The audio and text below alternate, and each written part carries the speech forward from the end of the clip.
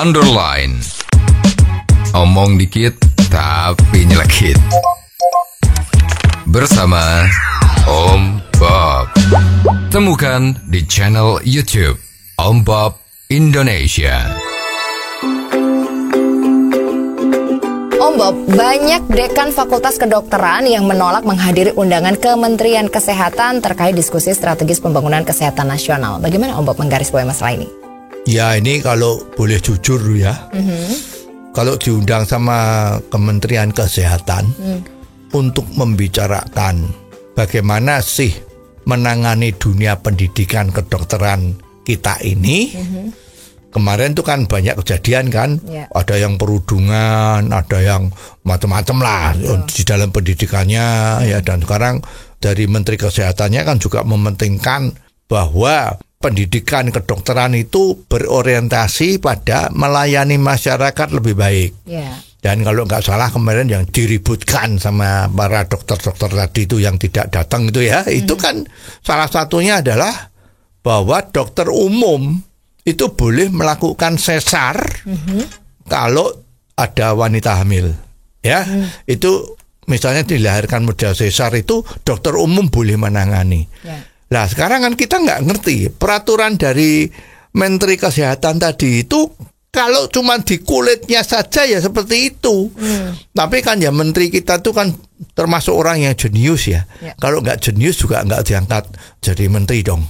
Cuman biasanya kalau sudah menduduki jabatan yang berhubungan dengan kesehatan itu selalu merasa kalau menteri kesehatannya itu harusnya dokter.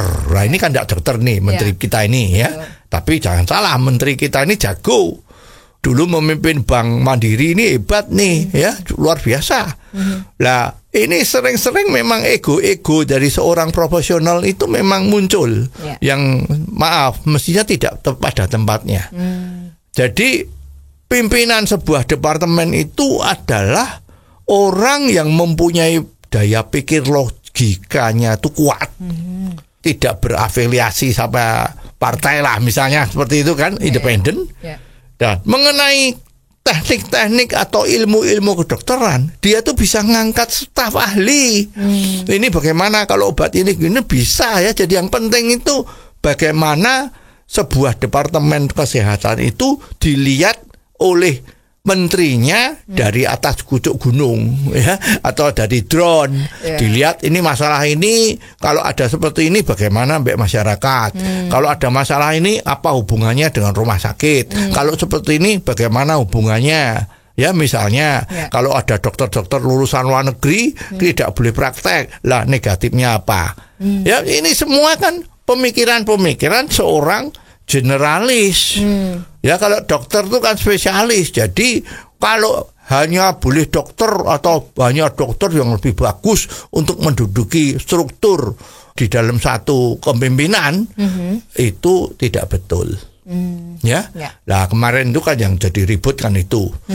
Dokter umum boleh melakukan sesar kalau ada wanita yang susah melahirkan. Nah ini kan ya namanya menteri kita itu kan pinter ya. Mestinya ya ada syarat-syaratnya kan. Misalnya nih ya, di daerah terpencil, di mana nggak ada dokter spesialis kandungan, dan rumah sakitnya belum begitu oke.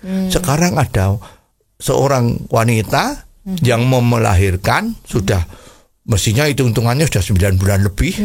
Sudah kejang-kejang, ya sudah membuka tapi nggak bisa buka-buka. Itu kan harus dilahirkan. Kalau ini dibiarkan, anaknya meninggal, ibunya juga meninggal.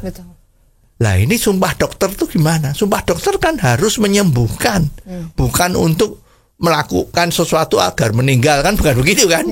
Nah sekarang kalau udah seperti itu apa yang dilakukan? Ya dokter diizinkan, ya karena ada sumpahnya itu. Kalau tidak ada dokter spesialis, apa dibiarkan meninggal? Kan enggak kan? Mau tidak mau ya darurat. Lakukanlah operasi sesar. Ya kan? Nah ini yang harus dipikirkan. Seperti zaman dulu kita, zaman kemerdekaan itu. Banyak toh tenaga-tenaga kesehatan yang dokter aja mungkin bukan, tapi berani mengoperasi. Nah, itu apa enggak boleh? Kalau darurat ya boleh. juga di dalam pendidikan dokter spesialis. Kemarin-kemarin itu kan terjadi banyak sekali kasus-kasus yang terbongkar kan. Betul. Itu kan gunung es loh. Ya, pucuk gunung es loh. Nah ini juga mestinya harus mau dikoreksi. Ya, kita sudah terlalu lama mempunyai sistem pendidikan yang jadinya seperti ini. Indonesia kekurangan dokter spesialis. Mestinya harus diperbaiki semua. Dan di mana-mana di luar negeri ya, itu kalau dokter melakukan pendidikan untuk ngambil dokter spesialis, maka dia dianggap magang di sebuah rumah sakit pendidikan untuk spesialis, dan dia dapat uang. Nah sekarang di Indonesia kemarin itu kan harus bayar. Betul. Dan tidak boleh praktek lagi dia kalau kerjanya udah praktek. Nah ini gimana? Ya kan memang menteri kita melihatnya kejauh, menyangkut dengan kepentingan masyarakat umum. Jadi bukan dari insis hanya dari segi kacamata dokter saja. Ya ada peraturan juga yang aneh. Kalau ada dokter spesialis mau masuk satu kota, minta rekomendasi dari ID setempat. Nah, ID setempat itu sepertinya kan ya mestinya banyak dokter-dokter senior yang spesialis-spesialis. Lah, sekarang kalau ada orang mau masuk dokter sama-sama dokternya, yang memberi putusan boleh atau tidaknya tuh juga dokter. Nah, ini kan conflict of interest. Kan nggak boleh dong. Betul. Harusnya yang izinkan tuh bukan dokter. Harus yang bisa lihat dari masyarakat. Oh, memang di masyarakat ini kekurangan dokter apa tidak, langsung boleh. Jangan ditanyain yang seprofesi yang sama. Ya seperti pedagang, misalnya kita dagang di sebuah kota, kita jual es krim misalnya, ya. Nah terus kong kali kong sama pejabat pemimpin daerahnya, tidak boleh lagi ada es krim yang lain ya, karena dianggap yang jual es krim di kota tertentu itu udah cukup, nggak usah ada es krim yang lain. Nah, ini kan conflict of interest, ya kan? Jadi ini juga seperti itu. Jadi ayolah, apalagi ada undangan itu sudah bagus untuk diajak diskusi, cari solusinya.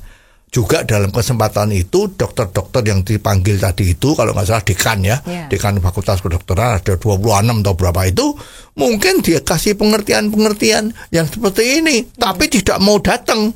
Nah ini kan seperti pembangkangan kan, maaf ya, seperti kalau di DPR itu walk out, ya, sama.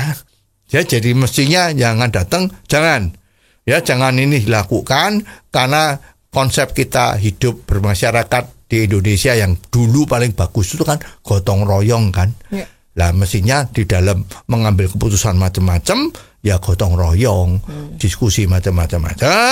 Ya tidak boleh memaksakan kehendak, tetapi kalau memang hal yang harus, ya yang mempunyai wewenang kan Menteri Kesehatan, ya. Karena kalau dia tidak hebat kan tidak bisa diangkat jadi Menteri Kesehatan kan. Oh, jadi begitu ya Om Bob. Jelas deh sekarang. Terima kasih Om Bob untuk waktunya. Sampai ketemu lagi di waktu yang akan datang. Saran dan masukan WhatsApp ke 0878 5590 7788. Underline. Omong dikit tapi nyelekit. Bersama Om Bob. Jika Anda suka dengan channel ini, jangan lupa subscribe, like, dan komen.